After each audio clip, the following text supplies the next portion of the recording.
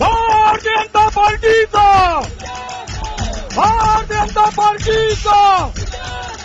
माननीय पंतप्रधान नरेंद्र मोदी आगे बढ़ो। माननीय पंतप्रधान नरेंद्र मोदी आगे बढ़ो।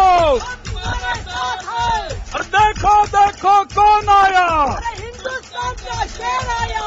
देखो देखो कौन आया, हिंदुस्तान का शेर आया। और देखो देखो कौन आया, हिंदुस्तान का शेर आया। माननीय पंतप्रधान नरेंद्र मोदी आगे बढ़ो।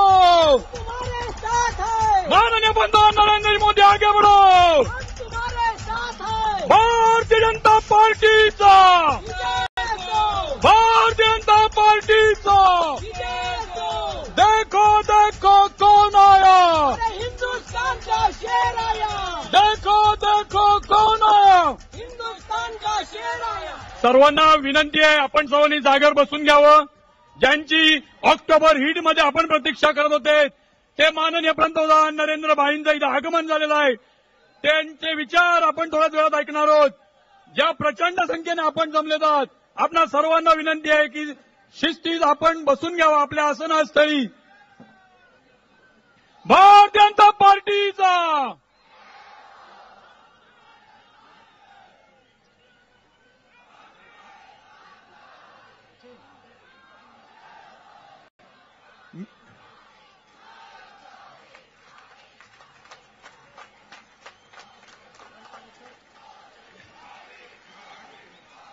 माझी सर्वांना विनंती आहे, आपण शांतपणे बसून घ्या. आता थोड्याच वेळात मी माननीय पंतप्रधान नरेंद्र भाई यांना विनंती करतो की त्यांनी शिवप्रतिमेला पुष्पहार अर्पण करावा. छत्रपती शिवाजी महाराज की जय जय जय जय जय भवानी. छत्रपती शिवाजी महाराज की भारतीय जनता पार्टीचा. जरा व्यासपीठावरील सर्वांनी आपापले आसन ग्रहण करावं. माननीय नरेंद्र भाईंचं इथे आगमन झालेलं आहे. मी भारतीय जनता पार्टीच्या वतीने बाळासाहेब माने, डॉक्टर विनय नातू यांना विनंती करतो की त्यांनी नरेंद्रजींचं पुष्पहार अर्पण करून स्वागत करावं.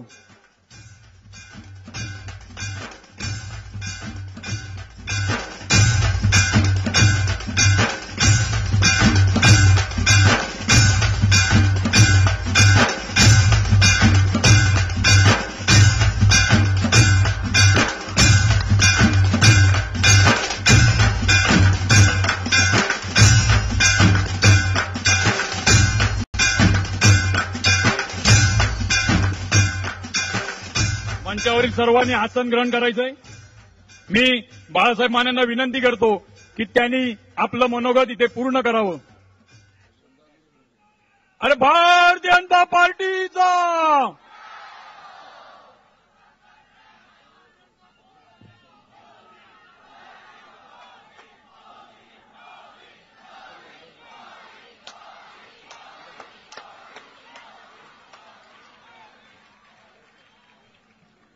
जय सद्गुरू.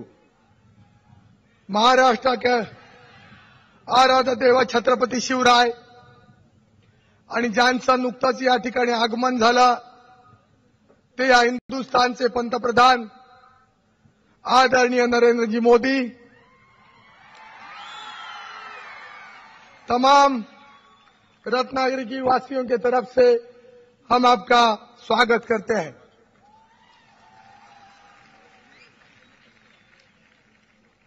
मोदी साहब, ये रत्नागिरी, ये कोकण परशुराम की भूमि है. ये परशुराम की धरती पर आपका हम विनम्रता से स्वागत करते हैं. ये लोकमान्य बाल गंगाधर तिलक की जन्मभूमि है और स्वतंत्र वीर विनायक दामोदर सावर की कर्मभूमि है. ये कर्मभूमि में आपका स्वागत है. आज या ठिकाणी रत्नागिरी जिल्ह्यातील आमच्या पाचही उमेदवारांच्या प्रचाराकरता आपण या ठिकाणी आलात. आमच्या कोकणचे, आमच्या रत्नागिरीचे गेल्या 15 वर्षातले अनेक प्रश्न प्रलंबित आहेत. मी या ठिकाणी मला जो अवधी मिळाला या अवधीमध्ये आपल्याला तमाम कोकणवासियांच्या वतीनं फक्त विनंती करणार आहे की गेली 15-20 वर्ष या आघाडी सरकारच्या नतद्रष्ट राज्यकर्त्यांमुळे आम्ही आज अविकसित झालो आणि आज तमाम रत्नागिरीतील युवा बंधू आणि भगिनी, युवक युवती आपल्याकडे फार मोठ्या अपेक्षेनं पाहत आहेत आणि त्यामुळे उद्या येणाऱ्या भारतीय जनता पार्टीच्या बहुमताच्या सरकारमध्ये या कोकणच्या विकासाचा एक डेव्हलपमेंट प्लॅन आम्ही या ठिकाणी घेऊन आलेलो आहोत. आमची लाइफलाइन असणारी कोकण रेलवे, ये कोकण रेलवे का भी यहाँ सुधार होना चाहिए और आज सिंगल लेन की ये जो कोकण रेलवे लाइन है वो डबल लेन होनी चाहिए.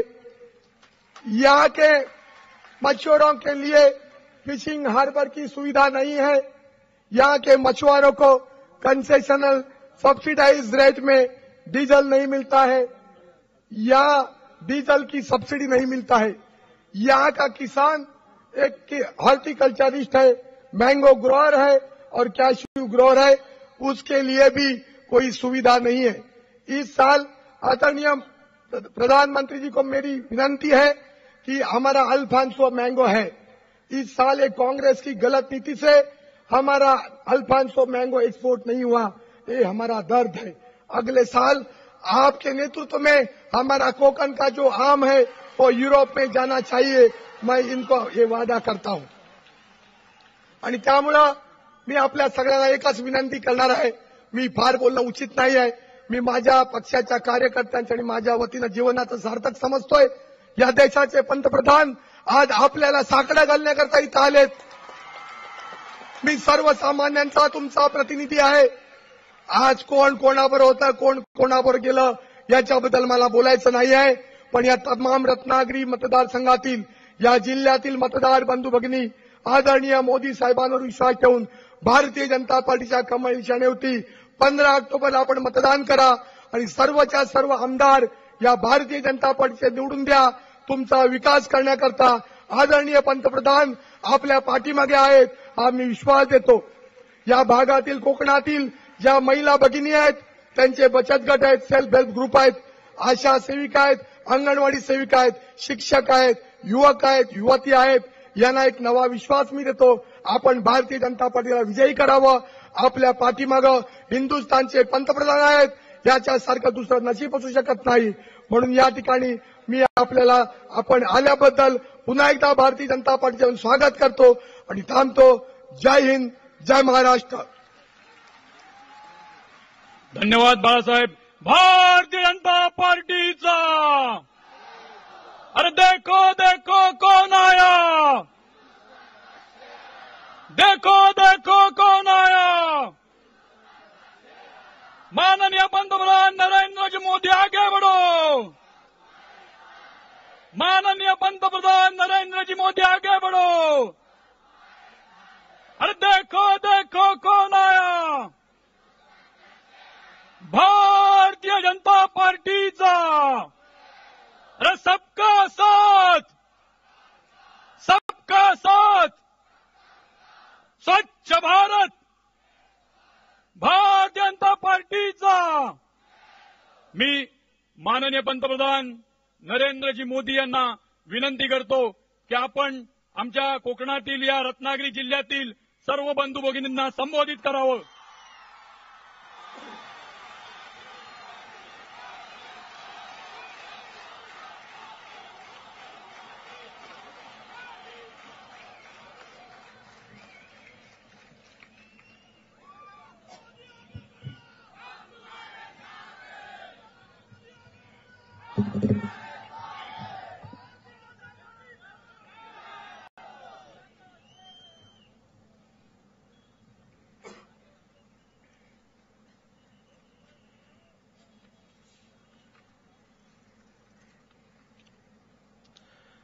मंचावर बसलेले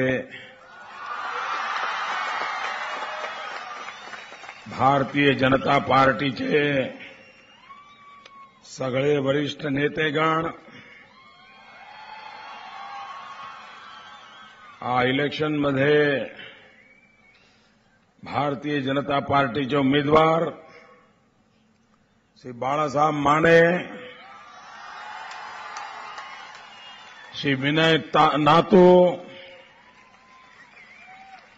श्री संजय यादवराव, श्री केदार साठे, श्री माधवजी, श्री सचिन जी,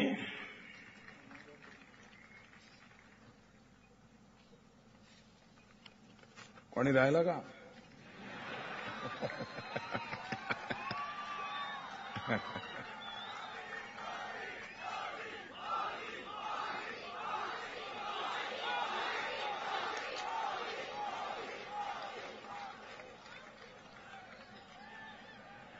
लोकमान्य टिळकांची हा जन्मभूमी आहे. त्यांनी आपल्याला एक मंत्र दिला होता, स्वराज माझा जन्मसिद्ध अधिकार आहे. आता वक्त बदलला गेला, म्हणून नवीन मंत्र पाहिजे, आणि नवीन मंत्र आहे सुराज्य माझा जन्मसिद्ध अधिकार आहे. स्वतंत्र भारत आहे, आता सुराज हवे. हा भूमी वीर सावरकर यांची प्रयोगभूमी आहे, कर्मभूमी आहे.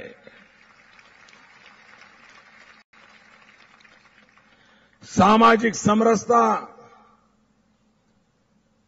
हा मंत्रचा प्रतिपादन हेतू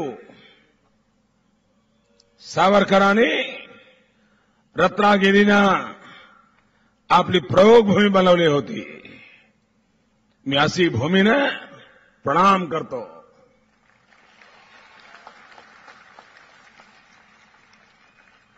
भाइयों बहनों, मैं जब विकास के विषय में सोचता हूं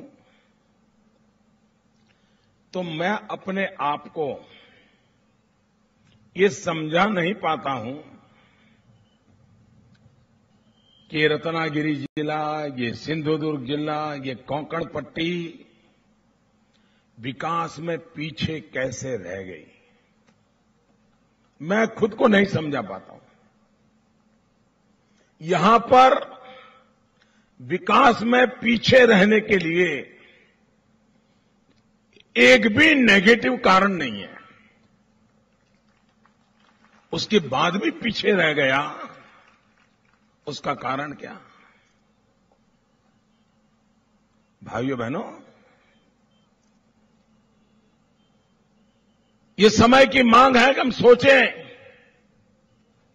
यहां की सरकारों की प्राथमिकता क्या रही. ऐसी नीतियों में क्या गलती थी कि पूरी कोंकण पट्टी, और मैं विश्वास से कहता हूं जो समझ छत्रपति शिवाजी महाराज को थी उसकी 1% भी इन नेताओं को होती तो ये कोंकण पट्टी के विकास पर ध्यान देते.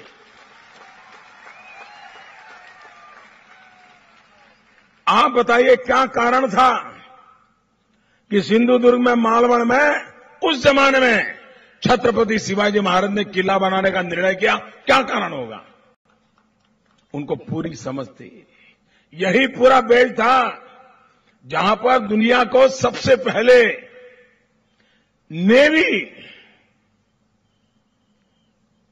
नेवी देने का काम छत्रपति शिवाजी महाराज ने किया था.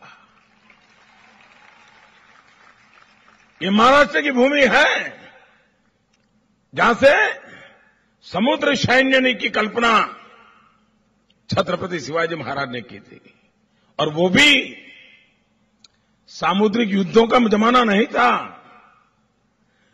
विश्व व्यापार में जो लुटेरे परेशानी करते थे उनको, व्यापारियों को, यहां के व्यापारियों को रक्षा देने के लिए विश्व व्यापार बढ़ाने के लिए ये सामुद्रिक सैन्य की कल्पना छत्रपति शिवाजी महाराज ने की थी।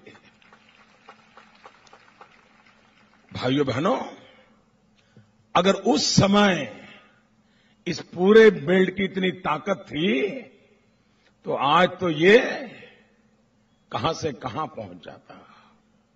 भाइयों बहनों, ये सिर्फ समुद्री तट नहीं है, ये सिर्फ मछुआरे मछली पकड़े और जिंदगी का गुजारा करे इसलिए नहीं है।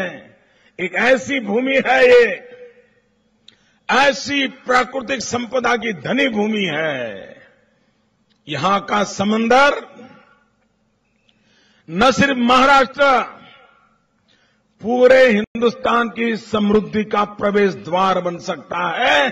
ये ताकत यहां पड़ी है।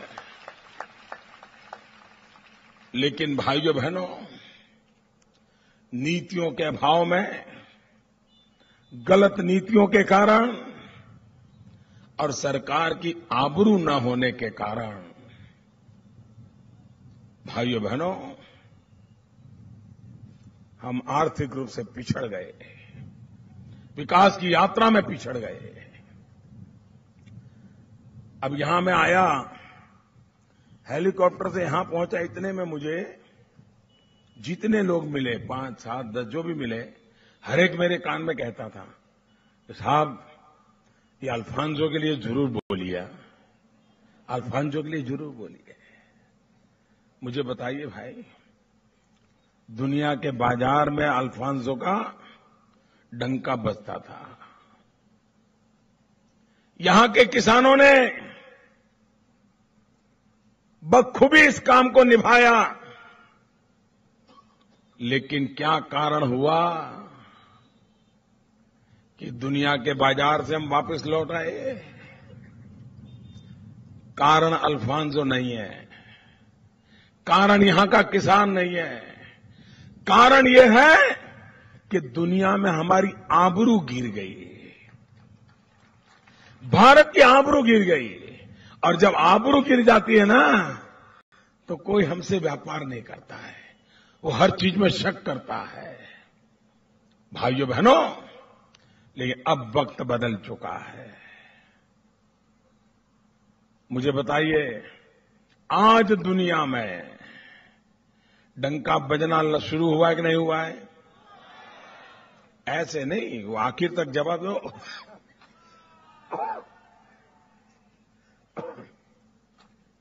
आखिर तक जवाब दीजिए मुझे। दुनिया में डंका बज रहा है कि नहीं बज रहा है? बज रहा है कि नहीं बज रहा है? अभी अमेरिका में भी हिंदुस्तान का जय जयकार हो रहा है कि नहीं हो रहा है? हुआ था कि नहीं? देखा था आपने? ये कैसे हुआ? कैसे हुआ? ये दुनिया में डंका कैसे बजने लगा? भाइयों बहनों, ये मोदी के कारण नहीं बज रहा है। ये मोदी का जादू नहीं है, ये मोदी का करिश्मा है। ये दुनिया में डंका इसलिए बज रहा है, ये आपके कारण बज रहा है, आपके कारण। 125 करोड़ देशवासियों के कारण आज दुनिया में डंका बज रहा है भाइयों। ये मोदी के कारण नहीं बज रहा है। 5 महीने पहले आप सबने 125 करोड़ देशवासियों ने पूर्ण बहुमत वाली सरकार चुनी। ये पूर्ण बहुमत वाली सरकार 30 साल के बाद बनी। और अब मोदी जब किसी दुनिया के नेता को मिलता है ना, कोई नेता जब हाथ मिलाता है दुनिया का, तो उसे मोदी नहीं दिखता है, उसको मोदी के पीछे 125 करोड़ लोग खड़े हैं, ये दिखाई देते हैं। और ये ताकत है हमारी। भाइयों बहनों, मुझे बताइए, महाराष्ट्र का डंका बजाना है कि नहीं बजाना है? बजाना है कि नहीं बजाना है? दुनिया में बजना चाहिए कि नहीं बजना चाहिए? अगर दुनिया में डंका बजाना है तो महाराष्ट्र में भी पूर्ण बहुमत वाली सरकार बनाइए। अब महाराष्ट्र की घड़ी की सुई अटक गई है भाइयों। 10 साल हो गए। ये एनसीपी की घड़ी में कितने बजे हैं भाई? कितने बजे हैं? 10 और 10। जिस दिन जन्म हुआ ना तब भी 10 और 10 ही था। आज भी 10 और 10 है। ये 10 और 10 का मतलब मालूम है? 10 साल में 10 गुना भ्रष्टाचार। ये राष्ट्रवादी नहीं है, ये भ्रष्टाचारवादी लोग हैं। महाराष्ट्र को लूट लिया गया भाइयों। आपके सपनों को तबाह कर दिया है। और आप ये मत सोचिए कि उन्होंने सिर्फ सरकारी तिजोरी को लूटा है। उन्होंने 2 पीढ़ी के अरमानों को लूटा है। 2 पीढ़ी के अरमानों को लूटा है। यहां की युवा पीढ़ी के भविष्य पर सवाल या निशान लगा दिया है भाइयों। जो नौजवान 15 साल पहले 20-22 साल का था, पढ़ाई पूरी करके जिंदगी की शुरुआत करना चाहता था, उसी समय एक कांग्रेस एनसीपी की सरकार बन गई। आज वो 40 साल का हो गया। उसके 15 साल गए कि नहीं गए? अब 40 साल में क्या करेगा वो? अगर अच्छी सरकार होती, पढ़ाई के बाद निकला होता, जिंदगी में कोई काम शुरू किया होता, आज 40 साल में उसकी दूसरी पीढ़ी तैयार हो गई होती। लेकिन इन्होंने ऐसी सरकार बनाई, सबकी जिंदगी तबाह कर दी है भाइयों। ये समुद्री तट है। मछीमार का उद्योग बहुत बड़ा है जी। पूरे विश्व में हिंदुस्तान के समुद्र तट से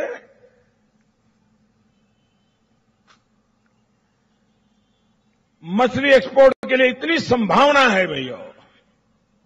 अभी मुझे हमारे नायक जी बता रहे थे, वो कह रहे थे कि मैं तो पुराना कांग्रेसी रहा हूं, लेकिन मैं अब भाजपा के लिए ही जीना चाहता हूं। मैंने कहा क्यों? बोले मैं 800 करोड़ रुपया का एक्सपोर्ट करता हूं और यहां के गरीब लोगों को भी रोजी रोटी देता हूं। भाजपा सरकार आने के बाद मैं ये काम डबल कर पाऊंगा और यहां के लोगों की ज्यादा सेवा कर पाऊंगा, इसलिए बोले मैं भाजपा में आया हूं। भाइयों बहनों, कितनी संभावनाएं पड़ी है। आपको हैरानी होगी काम कैसे किया जाता है। आज हमारे मछुआरे मछली पकड़ने के लिए समुद्र में जाते हैं। मैंने देखा है कोंकण के मछुआरे गुजरात तक जाते हैं, पाकिस्तान की सीमा तक जाते हैं और फिर पाकिस्तान पकड़ के ले जाता है, जेल में बंद कर देता है। हमारे गुजरात के लोगों का तो आपके तट पर से बड़ा घनिष्ठ संबंध है जी। उनकी स्पेशल भाषा है, वो दोनों एक ही भाषा में बात करते हैं। विज्ञान और टेक्नोलॉजी का उपयोग कैसे किया जा सकता है और उसके कारण मछली पकड़ने वाला गरीब से गरीब मछुआरा भी कम से कम मेहनत से ज्यादा कमा सकता है, ज्यादा मुनाफा कमा सकता है और महीनों महीनों तक समंदर में रहना पड़ता था, वो अब 2-4 दिन में शाम घर लौट आ सकता है। ये विज्ञान और टेक्नोलॉजी से संभव है। कैसे? हाँ, कैसे? इसलिए कि भाइयों बहनों, गुजरात में मैंने एक प्रयोग किया जब मैं मुख्यमंत्री था।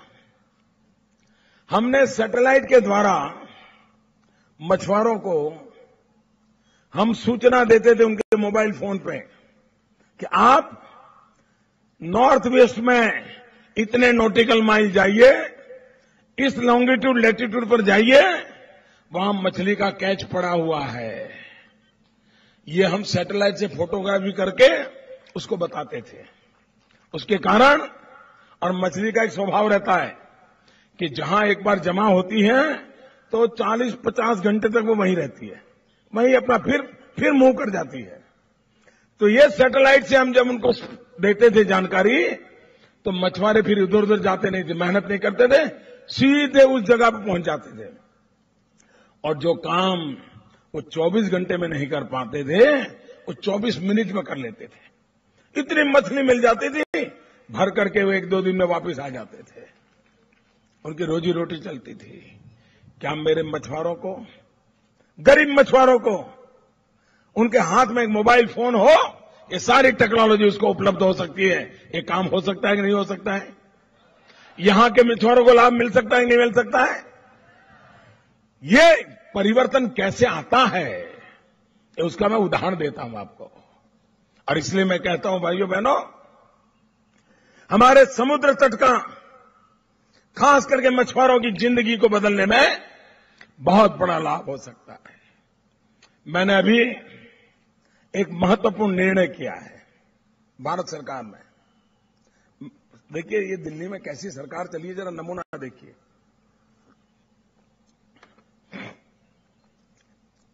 बड़े शहरों में जहां दूर दूर तक समंदर नहीं है, ऐसे शहर में स्कूल में वो एनसीसी चलाते। कौन सी एनसीसी? Naval NCC.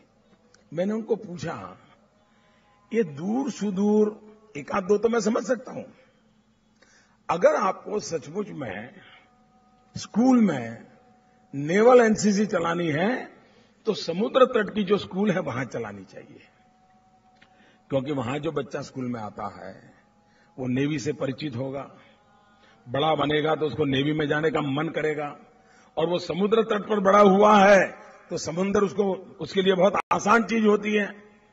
ऐसा आपने करना चाहिए। भाइयों बहनों, मैंने अभी निर्णय किया, इतना ही नहीं, इन नेवल एनसीसी का कैंप कहां लगता था? तो किसी कॉलेज वॉलेज के कैंपस में लगता था। मैंने कहा क्यों लगाते हो यहां? नेवल एनसीसी का कैंप शिप में ही लगना चाहिए, शिप में ही बच्चों को ले जाना चाहिए। 7 दिन 10 दिन का कैंप चलेगा, शिप में घूमते रहेंगे। अभी पहला एक कैंप शिप में लगा हुआ है, अब गल्फ कंट्रीज की तरफ वो शिप गया हुआ है, बच्चों की ट्रेनिंग हो रही है। खर्चा पहले भी होता था, एनसीसी के लिए खर्चा पहले भी होता था, लेकिन यही काम जिसके लिए जो जरूरी है उसके साथ जोड़ दिया जाए, कैसा बदलाव आता है उसका ये उदाहरण है। और इसके कारण क्या होगा? समुद्री तट के मछुआरे के बच्चे अगर स्कूल में नेवी में जाना शुरू किए तो बड़े बनकर के उनको मछली पकड़ने में जिंदगी नहीं गुजारनी पड़ेगी, वो भी नेवी में बड़ा अफसर बनेगा। समुद्र से उसे प्यार है, उसकी जिंदगी भी वो वहां बना सकता है। ये कल्पना से हम काम कर रहे थे। वो कोस्ट गार्ड में जा सकता है। यानी रोजगार मिले, कहां संभावना है उसको लेकर के आगे बढ़ना।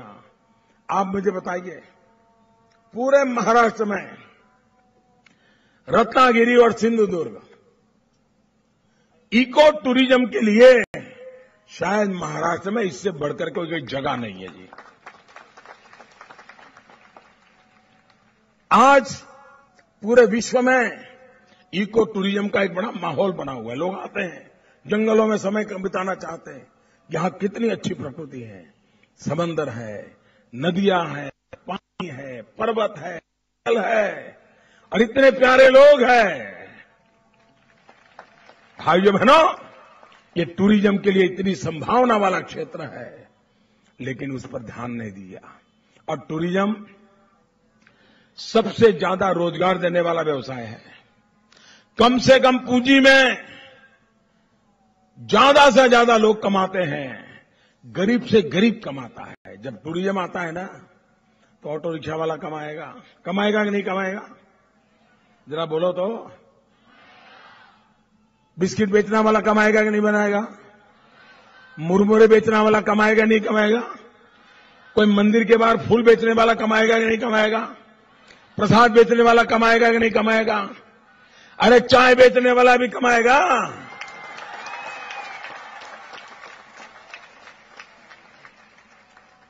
भाइयों बहनों, यहां सिर्फ महाराष्ट्र में, आप में से कोई यूरोप गए होंगे तो यूरोप में जो पुराने किले हैं, सिर्फ पुराने किले देखने का टूरिज्म चलता है। लोग पुराने फोर्ट्स देखने के लिए जाते हैं। अकेले महाराष्ट्र में छत्रपति शिवाजी महाराज ने जो किले बनाए ना, उसी को देखने का टूरिज्म डेवलप किया जाए तो भी यहां लाखों टूरिस्ट आए, इतनी ताकत पड़ी है भाई। हर काम के लिए पैसे नहीं, इरादे चाहिए, इरादे चाहिए भाइयों। इरादे हैं तो पैसे भी अपने आप आ जाते हैं। और इसलिए भाइयों बहनों, 15 अक्टूबर को परसों आप मतदान करने वाले हो। इस चुनाव अभियान की आखिरी सभा है और ये चुनाव भी कांग्रेस और एनसीपी के भविष्य के लिए आखिरी चुनाव है। मैं बताता हूं जी, वो बचने वाले नहीं है, किसी भी हालत में नहीं बचेंगे। 15 तारीख को कांग्रेस एनसीपी के 15 साल के पापों का खात्मा बुलाने के लिए 15 तारीख को मतदान कीजिए भाइयों। भ्रष्टाचार का मृत्यु घंट बजाने के लिए 15 तारीख को मतदान कीजिए। कमल के निशान पर बटन दबा करके भारतीय जनता पार्टी को पूर्ण बहुमत दीजिए। और भाइयों बहनों, कोंकण का भविष्य भी इस चुनाव के बाद बदलना शुरू हो जाएगा। एक बार पूरा कोंकण भारतीय जनता पार्टी के साथ खड़ा हो जाए भाइयों, खड़ा हो जाइए।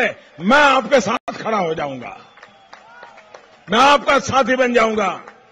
दोनों मुट्ठी बंद करके मेरे साथ बोलिए, भारत माता की, भारत माता की, भारत माता की जी। बहुत बहुत धन्यवाद भाइयों।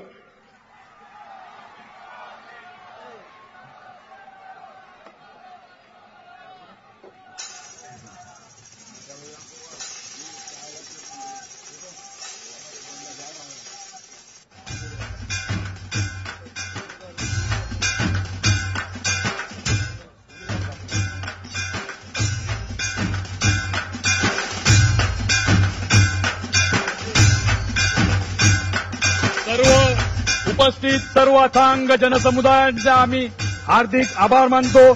सर्वांनी अत्यंत शांतपणे जायचंय। आपले भारतीय जनता पार्टीचे सर्व उमेदवार केदार साठे, डॉक्टर विनय नातू, माधव गवळी,